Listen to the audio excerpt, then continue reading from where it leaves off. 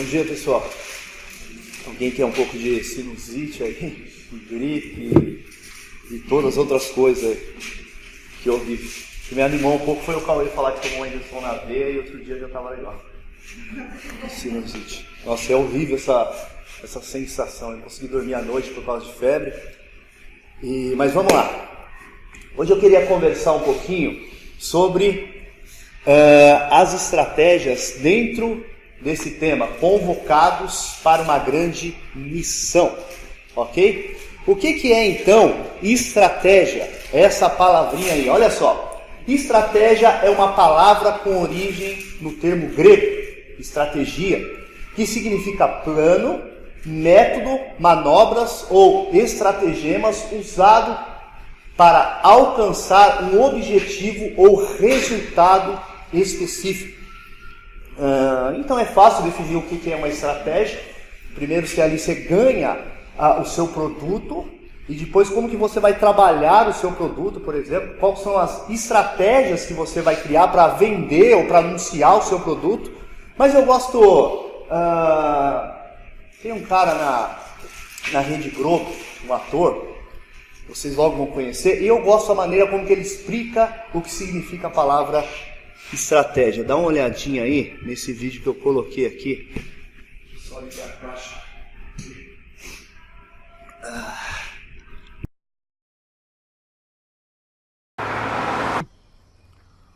Conceito de estratégia, em grego, estratégia, em latim, stratégie, em francês, stratégie.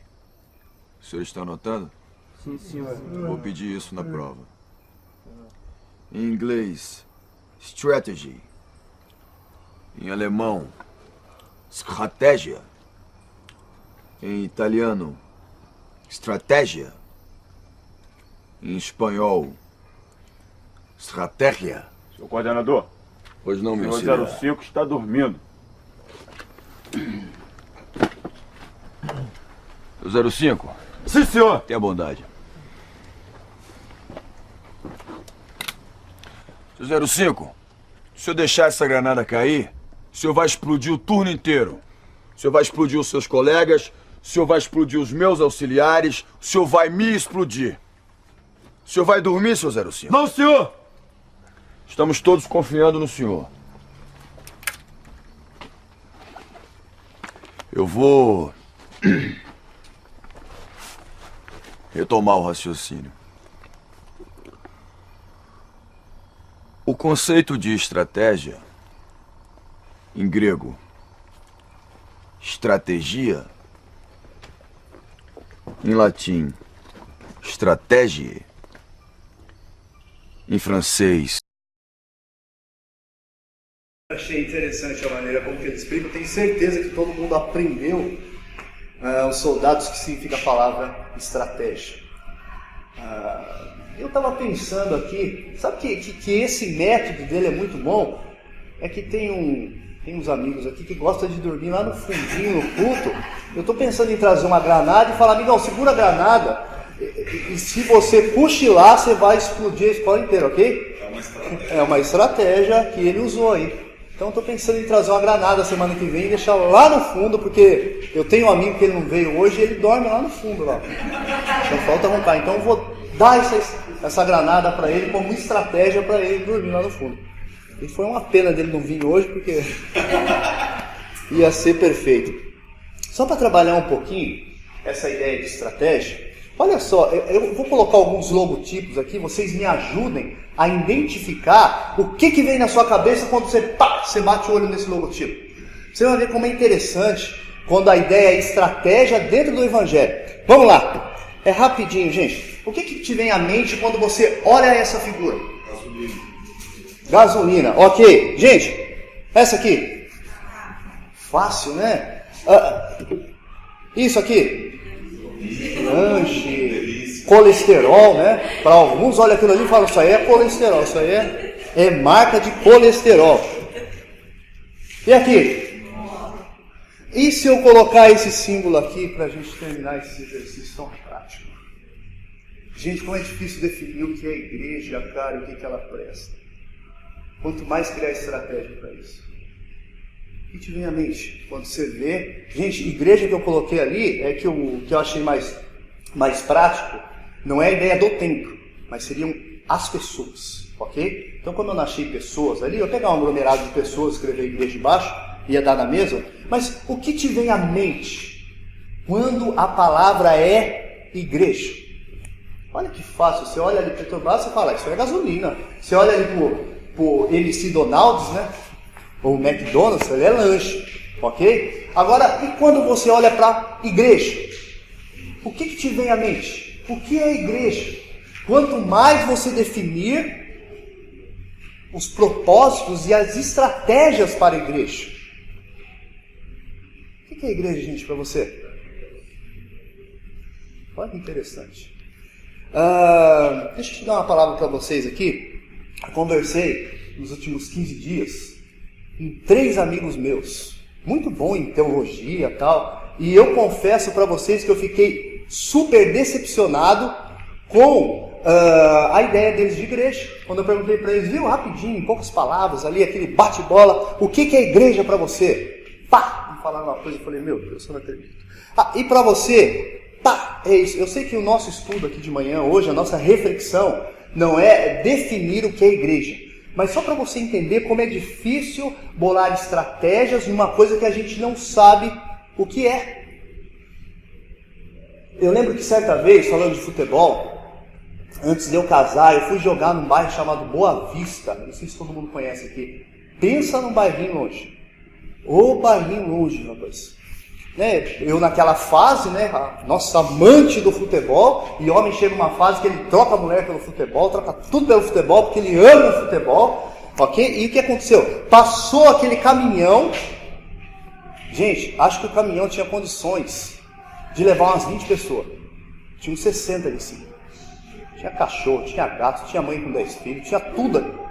Aí eu subi nesse caminhão, ok? E a gente foi, e anda. Quando chegou nesse bairro Boa Vista,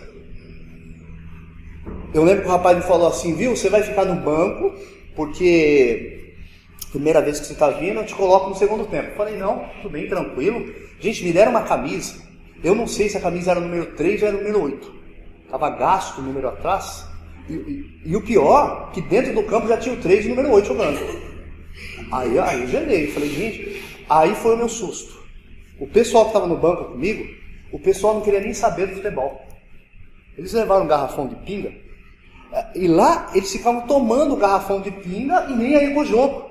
Até então que a bola saiu pertinho da onde eu estava lá, sentado no banco de reserva, e o rapaz que ia cobrar a lateral, chegou e falou assim falou para nós, viu, o lateral é com a mão ou com o pé? Gente, onde eu amarrei meu banco? Acabou o primeiro tempo e fui embora. Por que eu estou contando isso para vocês? Tem gente que não sabe as regras básicas do futebol. Tem gente que não sabe, por exemplo, o que é igreja dentro de um contexto bíblico. Quanto mais colocar estratégias dentro do que é igreja. E diante disso, gente, voltando um pouquinho para a Copa, para mim, até agora, e para os especialistas, esse é o melhor time, a Bélgica. A Bélgica é o melhor time que tem estratégias, tem ali os seus jogadores que cumprem perfeitamente cada papel. Alguns deles são experientes porque vieram de outra Copa, ok? Então, gente, olha só, nós temos aqui a melhor equipe da primeira fase, e se isso alegra ou não o nosso coração, se a gente passar pelo México, possivelmente a gente vai pegar a Bélgica, e a gente vai pegar alguém de estatura, alguém grande, alguém que vem jogando futebol. Eu vi o técnico, eu até tentei achar esse vídeo para colocar para vocês, falando das estratégias que ele bolou para fazer com que esse time fosse o melhor time da primeira fase da Copa do Mundo. E ele fala que quando ele foi selecionar os jogadores, ele tinha ali o jogador ideal para essa posição, o jogador ideal para essa posição e o jogador ideal para essa posição. E o Fabiano vem nos falando, semana após semana, sobre para o time de Jesus. Dificilmente nós convocaríamos esses jogadores. Dificilmente. Homens sem qualificação. E sabe o que eu acho interessante no ministério de Jesus? Que Jesus não tem plano B. Ah, mas se Jesus não dá certo com esses caras, aí o senhor vai fazer o quê? Não tem. Você lê a Bíblia ali, ó, ou é esses caras que vão alcançar o mundo. Jesus passa ali mais ou menos 3, 4 anos com eles, né, investindo na vida deles, e é esses caras que vão alcançar o mundo. E Jesus não tinha um plano B. Agora, o que eu acho mais interessante, sabe o que é? Dá uma olhada para esses personagens, gente. Você está vendo esse barbudinho, bonitinho aqui, o Simão? Esse cara, ele é um zelote. Sabe quem que eram os zelotes? Eram gente que queriam libertar os judeus da mão dos romanos através da espada. Eles eram uma espécie de terrorista. Olha os caras que Jesus convoca. Eles eram uma espécie de terrorista, uma espécie de gente que ninguém gostaria de ficar próximo. Mas olha aquele outro cidadão ali, o Mateus. Esse cara era um cobrador de impostos. Esse cara era alguém que trabalhava para os romanos. Olha que bonito o grupo de Jesus. Eu tenho um cara que trabalha para os romanos e eu tenho um cara querendo explodir os romanos. Lindo, né? Jesus une esses caras. E no final do ministério de Jesus, eles ceiam junto. E sabe o que é bonito no povo judeu? Não é igual nós, assim, que a gente vai ceiar e vai comer e está discutindo, e está xingando um, e está xingando o outro, e come de qualquer jeito. Judeu não, judeu, se ele comer com você, é que ele considera você. E no final do ministério, esses caras estão um comendo, compartilhando com o outro. Um cara que é defensor e trabalha para os romanos, junto com um cara que quer explodir os romanos. Olha para Tomé, 3 anos com Jesus, no mínimo. Jesus ressuscita e ele não acredita. Ah, eu não acredito não. Só se eu pôr o dedo aí. Farsante. Eu não acredito. Se eu sou Jesus, eu tinha dado uma aposta nele. Quer um cara mais difícil que Pedro? Pedro é altamente difícil, esse cara. Então por que Jesus chamou esses homens? Para mim, porque eles são homens, o Fabiano falou um pouquinho aqui antes, a gente não combinou nada, de coração ensinável. Homens que o Senhor sabia que se passasse a instrução para eles, e quando o Espírito Santo descesse lá em Atos 2, esses homens transformariam o mundo. Pergunto a você, você tem o coração ensinável? Ou você é alguém altamente rebelde? Só para avançar aqui nessa introdução, olha só. A palavra ali, separado, Jesus separa esses 12 homens. É claro que um trai, né? Judas Iscariotes, ok? Esses homens, então a palavra separado significa santificado. É como se eu pegasse esse papel e falasse, ó, isso aqui eu vou separar exclusivamente para o serviço de Deus. Então, eu estou o quê? Santificando esse papel. Ele é separado exclusivamente para o serviço de Deus. Sabe o que a Bíblia fala? Eu acho interessante que quando você entende o que Jesus fez naquela cruz, quando você se rende ao amor de Jesus, você se torna uma pessoa separada para o serviço do Senhor. E agora, gente, olha só, você tem uma principal vocação. Guardem isso com 7 chaves. Qual é a sua principal vocação?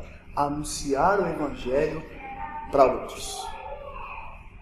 A sua segunda vocação, aí pode ser contador, pode ser serralheiro, pode ser pedreiro, pode ser pastor, quer cuidar de outras pessoas, mas a sua primeira vocação, depois que você se rende ao Evangelho, é anunciar para os de fora. Ok? Mas olha só, gente, eu acho bonito porque Jesus, ele é tão prático que ele faz isso dando exemplo. Jesus, ele dá um exemplo de submissão ao Pai, ele se submete, e é bonito que em João 14:15, ele diz assim, aquele, ó o teste, para saber quem ama Jesus, aquele que me obedece é o que me ama. Esse é o teste que Jesus dá aos seus discípulos, para saber se eles o amam ou não. Mas deixa eu mostrar para vocês aqui uma estratégia prática de evangelismo de Jesus. Eu acho magnífico a forma como Jesus evangeliza.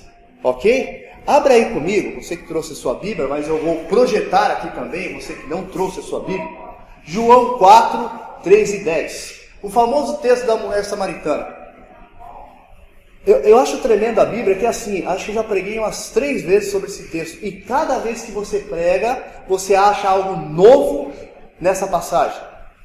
É muito interessante o que ocorre aqui, ok? Eu vou ler só do 3 ao 10, mas a gente vai pegar mais alguns outros versos. Diz assim: saiu da Judéia e voltou uma vez mais a Galiléia. Era-lhe necessário passar por Samaria. Assim, chegou a uma cidade de Samaria chamada Sicar, perto das terras que Jacó dera ao seu filho José. Havia ali o poço de Jacó. Jesus, cansado da viagem, sentou-se à beira do poço. Isso se deu por volta do meio-dia. Nisso veio uma mulher samaritana tirar água. Disse-lhe Jesus: dê-me um pouco de água. Os seus discípulos tinham ido à cidade comprar comida. A mulher samaritana lhe perguntou: como o Senhor, sendo judeu, pede a mim, uma samaritana, água para beber? Pois os judeus não se dão com os samaritanos. Jesus lhe respondeu: se você conhecesse o dom de Deus e quem lhe está pedindo água, você lhe teria pedido e ele lhe teria dado água viva. Algumas rápidas aplicações aqui. Olha a estratégia de Jesus. Primeiro, Jesus vai ao encontro dessa mulher. Eu acho isso tremendo. Olha só, a Bíblia diz que era necessário passar por Samaria. É interessante, gente, que tinha 3 caminhos ali para fazer o caminho que Jesus queria. Mas Jesus, ele faz o quê? Ele vai por Samaria pelo caminho mais perigoso, porque Jesus tinha uma agenda dado pelo Pai a ele. O Pai disse: olha, você precisa passar por Samaria para você levar o evangelho para uma mulher. E Jesus faz isso. E eu acho tremendo que Jesus pega os seus discípulos e manda eles irem para a cidade, porque se os discípulos ficam ali, eles iam atrapalhar o contato de Jesus com essa mulher. Você já viu aquela frase?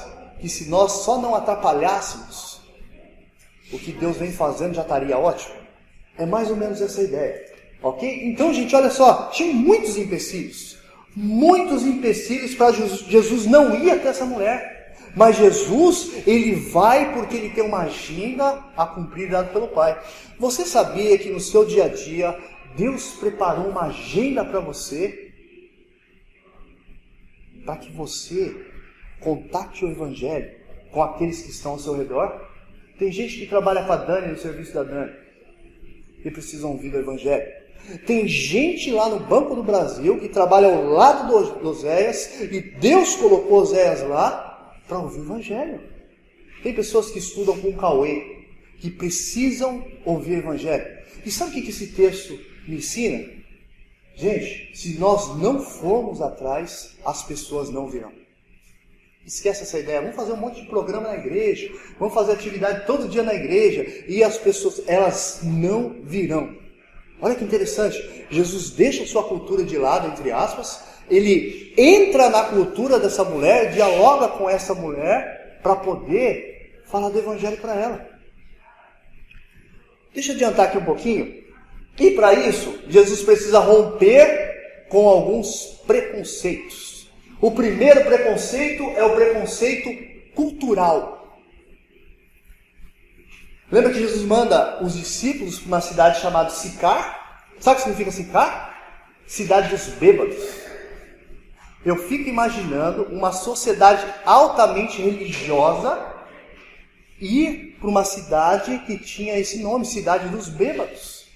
E o mais interessante de tudo é que judeu, até está ali embaixo, e samaritanos, eles não se dão. É que tem um contexto muito longo para contar para vocês, mas, por exemplo, samaritano, ele é um povo misturado. Ele é judeu com mais uma outra etnia. Tanto na religião também. Então os judeus odiavam os samaritanos e vice-versa, a ponto dos judeus dizerem assim: samaritanos são combustíveis para o inferno. Deus criou o samaritano para alimentar o inferno. Parece que Deus criou. Os judeus diziam que o pão do samaritano é imundo. Agora Jesus olha para os seus e manda eles irem para a cidade dos bêbados. Comprar o quê? Pão. Eu fico imaginando Jesus falando para mim ir até a cidade dos bêbados para comprar pão. Jesus falando, por exemplo, com Oséias, ir para a cidade dos bêbados. Jesus falando com o Fabiano. O Fabiano ir para a cidade dos bêbados não dá, né? Aí, não, ele ia chegar lá, ele ia evangelizar todo mundo, ia atrasar com a comida, não. Fabiano, pula o Fabiano não. Ok? Eu fico imaginando Jesus chamando algumas pessoas para a cidade dos bêbados. Mas ele quebra um outro tabu. Sabe qual? Do homem de conversar com a mulher. Vocês têm ideia que naquela época nem mesmo os rabinos, que eram os grandes mestres, eles conversavam com as suas esposas em público. Não podia. E Jesus coloca a sua reputação em jogo e conversa com aquela mulher publicamente. Por isso que ela toma esse susto. Nossa, o senhor sendo um mestre conversando comigo, sou uma mulher samaritana. E também a ideia da religião. Jesus ensina para ela que o lugar correto de adoração não é na igreja A, não é no local C, não é ali na esquina, mas é em espírito e em verdade. Aonde você invocar o Pai te ouve. Ok? Mas deixa eu entrar aqui nessa parte que eu acho muito interessante. Gente, quem é a mulher samaritana para você hoje? Quem é aquela pessoa que está ao seu redor? Gente, o preconceito é tão grande nesse texto bíblico que essa mulher não tem nome. A Bíblia colocou ali como mulher samaritana. Quem é a mulher samaritana que vive ao seu redor? Quem é a pessoa hoje que você fala, nossa, isso aí é escória, é lixo. Esse tipo de gente, se depender de mim, vai virar combustível do inferno, porque eu não vou falar do amor de Deus para esse tipo de gente jamais. Quem é, gente? A mulher samaritana da nossa época hoje. E você bate ao seu redor e você fala assim, mulher samaritana, não vale nada. Quem é? Mas quem é a mulher samaritana? Para mim e para você, que convive ao nosso redor diariamente, e de vez em quando Deus te dá ali um cutucão e fala assim, viu, compartilha o meu amor com ele. E você fala, Senhor, isso aí não tem jeito, Deus. Isso aí não tem jeito, Senhor. Quem é a mulher samaritana dos nossos dias, para mim e para você? Ponto 2, gente. Olha que interessante que Jesus faz. Jesus desperta nessa mulher simpatia. Olha como Jesus é agradável. Jesus não é o dono da razão, ele não chega chutando, ele não chega falando para a mulher, você não presta, você é uma prostituta, você é isso, você é aquilo. Jesus desperta nessa mulher simpatia. Lembre-se que Jesus é o próprio Deus. Se Jesus quisesse, ele podia ter olhado para os seus discípulos e falado assim, quer saber? Eu não vou atrás dessa mulher nada. E nem com sede eu estou. Sabe o que eu vou fazer? Vou fazer jorrar água aqui. Mas Jesus não faz isso. Jesus prefere fazer uma ponte com ela. Ele fala, eu vou lá, eu vou pedir para tomar água, vou usar um termo nosso aqui, da caneca dela. Jesus vai beber ali no cântaro dela. Dá o seu cântaro aí, porque eu quero beber no gogó, nesse que você está tomando. Aí ela toma esse susto. Nossa, gente, Jesus faz isso. Eu acho interessante que Jesus ele não tem, por exemplo, na Bíblia, um único método engessado. Não tem como você falar assim, os 3 passos para a evangelização de Jesus. Passo número 1, passo número 2, não. Jesus age de uma forma e outra com cada pessoa distinta. Diferente a forma com que Jesus age, como que Jesus conecta esse evangelho. Eu acho isso extremamente perfeito. E sabe o que me vem à mente, gente? Que dessa maneira e com essa simpatia de Jesus, Jesus quebra a barreira. A pessoa dá uma acalmada, se assenta, fala, opa, dá para conversar com Jesus. Dá para conversar com Jesus. Eu lembro que quando eu era presbítero lá no Imperial, foi muito interessante. E tinha um cara lá, pensa num cara que odiava o evangelho. O cara odiava o evangelho. Ele chegava e falava assim, viu, será que tem inteligência dentro da igreja evangélica? Parece que evangélico não pensa, cara. Parece que evangélico, os caras são obstinados assim, então o cara não queria nem saber, ok? E aí, eu fiquei de conversar com esse rapaz. E uma abençoada irmãzinha lá, foi e falou pro cara que eu era presbítero. Ah, vai vir um presbítero conversar com você. Já assustou, cara. O cara já se armou com 5 pedras. Eu falei, ih, rapaz, não vai dar certo isso. Quando eu entrei na casa do cara, o cara nem me cumprimentou. Eu falei para ele, tudo bem? Ele falou, tudo, secamente e tal. Eu lembro que eu falei para ele assim, rapaz, você me perdoa o atraso? É que eu acabei de discutir com a minha esposa aqui, a gente quebrou o pau, cara, eu acabei perdendo de chegar aqui. Legal que ele desarmou. Falei, rapaz, o cara é igual eu. O cara é normal. Porque qual que é a visão que a gente tem?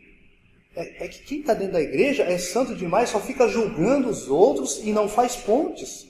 E não compreende os outros. Olha o que Jesus faz. Jesus ouve. Jesus fala pouco. Se você ler nesse texto, você vai ver que a mulher fala muito mais que Jesus. Jesus fica só quietinho, ouvindo, entendendo e fazendo ponte com ela.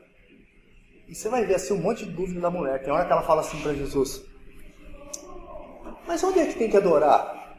É nesse monte aqui? É naquele monte? Depois Jesus está falando da água da vida, que vai transformar o interior dela. Ela não entende também. Ela fala, mas que água que é essa? Sabe por quê, gente? Porque tem coisas na vida cristã que é nosso papel. Mas tem outras coisas que é papel do Espírito Santo de Deus. Abrir o entendimento dessa mulher para entender que ela está perdida eternamente é papel do Espírito Santo de Deus. O nosso papel é ser agradável com as pessoas. Não tem como eu mudar a vida do Fabiano, não tem como eu mudar a vida dos meus filhos, nem da minha esposa. O que eu preciso fazer? É por isso que quando a gente, por exemplo, conversa com uma comunidade como essa, o que a gente tenta fazer? Deixar esse ambiente agradável, para que você seja bem recebido e para que você volte. Ser tocado por Deus, caminhar, ficar firme na fé, não é o nosso papel. É papel do Espírito Santo. A grande coisa que hoje eu vejo que está acontecendo de uma forma errada é que pessoas estão tentando fazer o papel do Espírito Santo, ok? E esquecem de fazer o seu papel.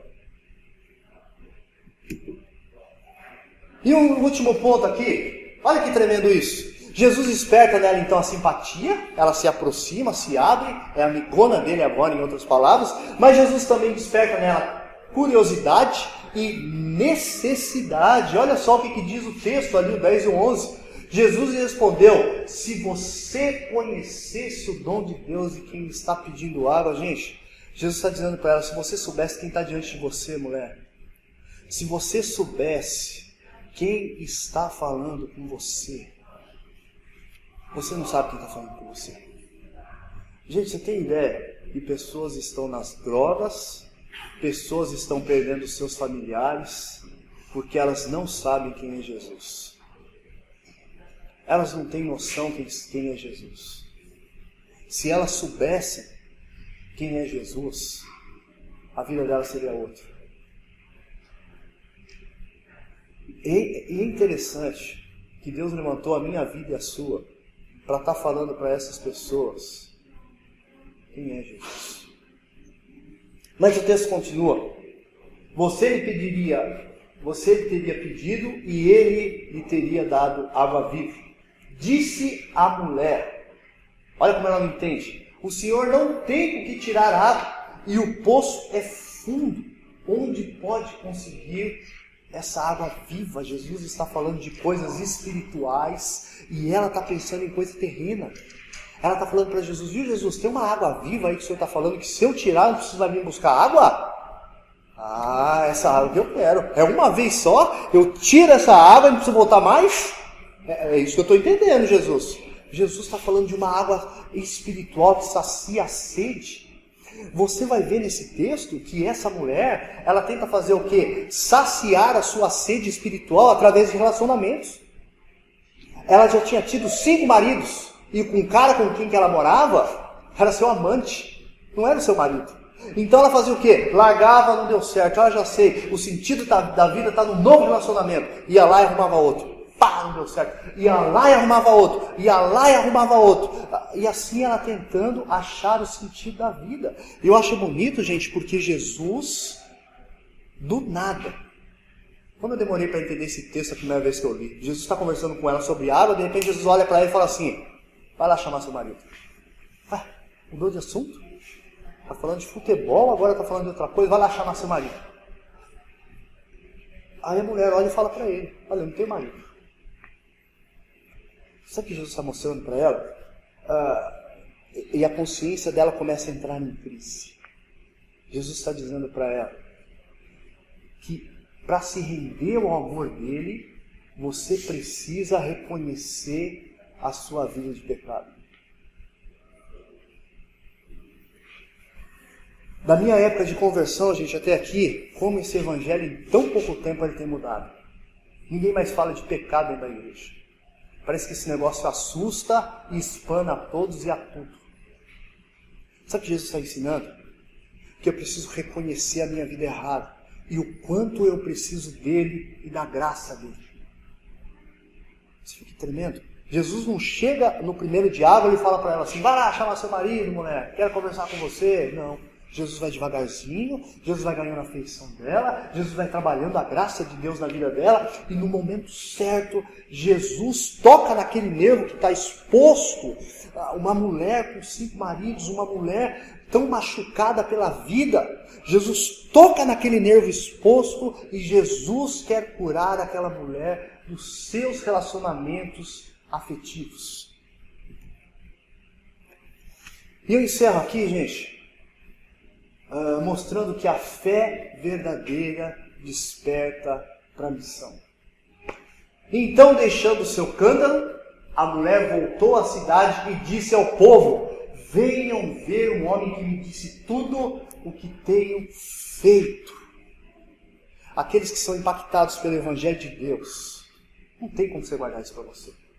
Não tem como você falar assim, não, é só para mim. Jesus é só para mim.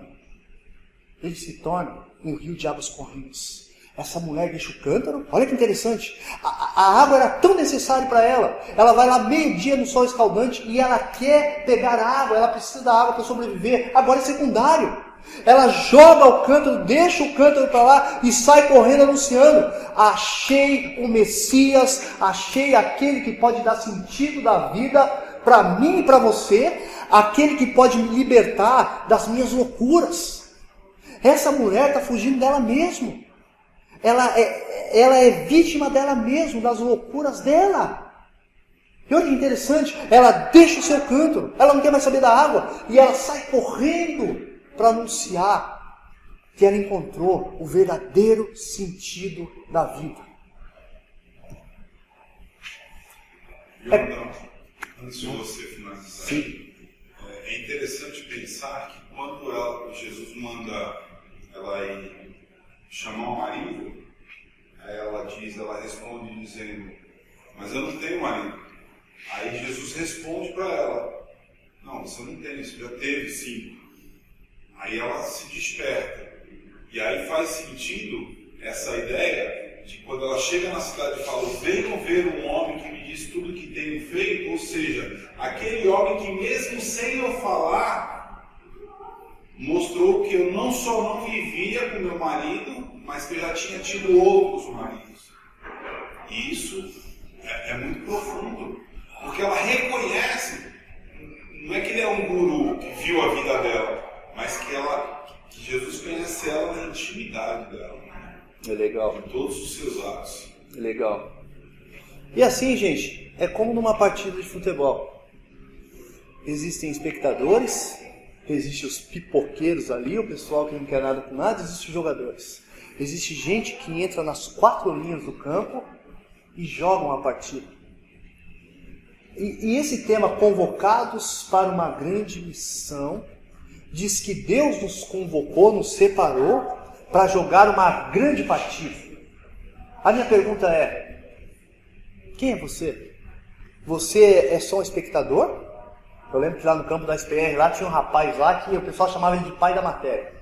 Pensa num cara chato. O pessoal ia jogar, ele ficava cornetando lá no alambrado.